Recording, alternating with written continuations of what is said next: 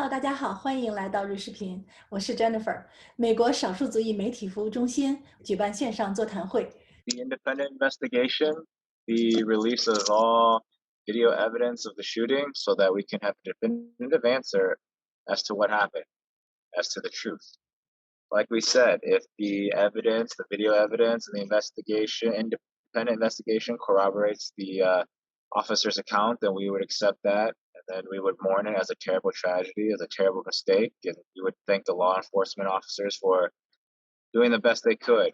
But if the investigation turns out that it was a lie, that it was a gross negligent cover-up, then we would demand justice. I'm doing this just for transparency and for justice. You know, it's like you all said, the relationship is broken, the trust is gone. So the only way that they can repair that trust is by saying, we have nothing to hide. We want an independent investigation to prove that we can rebuild this relationship between the law enforcement, the local government, and our community. Just because we tried everything else, you know, we've tried protesting, we've tried making phone calls, we tried everything, and we've been ignored. We've been ignored, and we've been lied about. Even as we fought the lava fire in our own private property, they lied about us, lied about what we were doing. So I knew the only way that we could get a platform was a platform that people would pay attention to. And I knew that times were extreme and desperate, so that I went to embark on this desperate measure. I wanted to show them how serious we were by continuing this until I absolutely have to the point of coma, death, whatever. It's a non-violent.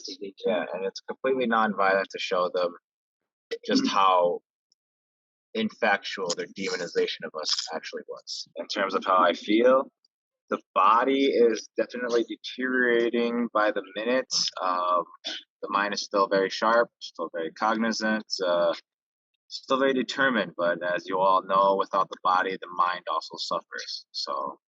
And the deterioration is happening exponentially. It's not, you know, a little bit here and there. It's a little here and then a lot there. So I'm getting there to that point. We are all gathered here today to make sure that the death of Mr. Howe is not forgotten. In particular, I want to thank Mr.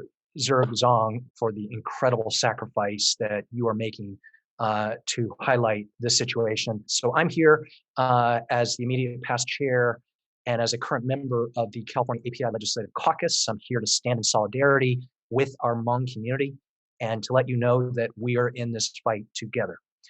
As a former criminal prosecutor and civil rights attorney, I believe that an independent investigation into how and why this death occurred is wholly appropriate.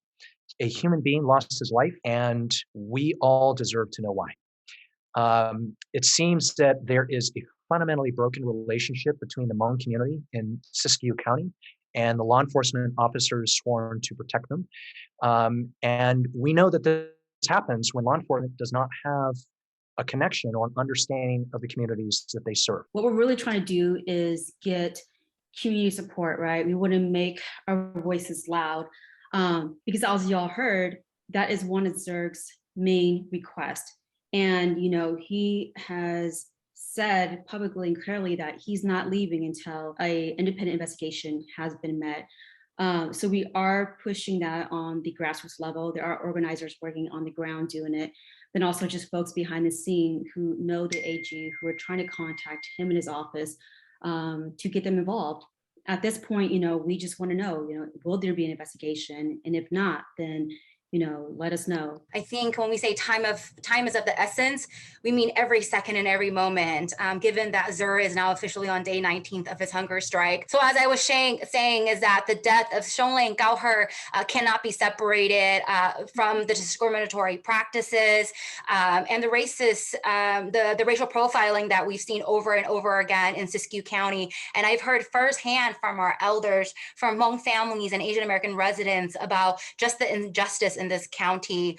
I also want to share, I think the big elephant in the room is around cannabis as well. And I want to share directly that we must be very careful and not fall into the narrative of criminalizing our community as a way to justify racist policy and racial profiling, but particularly the loss of life. That is really important. And I also want to emphasize that we know that there are disproportionate impacts of cannabis enforcement on permitting on Black, Latino, Southeast Asian, and communities of color, not just in this county, but in this state and in this country. And so it's really important for folks to understand that. Asian Americans have long been rendered invisible by our public officials, political leaders, educational system, as well as the criminal justice system, which has made it possible for injustice and racism to take place without any accountability at all. The Hmong American community and other highly marginalized communities within our AAPI designation are especially invisible and vulnerable to this kind of abuse. We really need to get to the bottom of this as our AAPI sisters and brothers across California and the nation.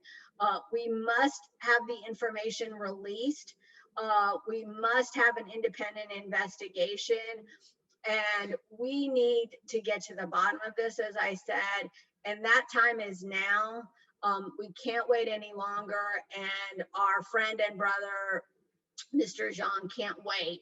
His life is at risk, and so this needs to happen today.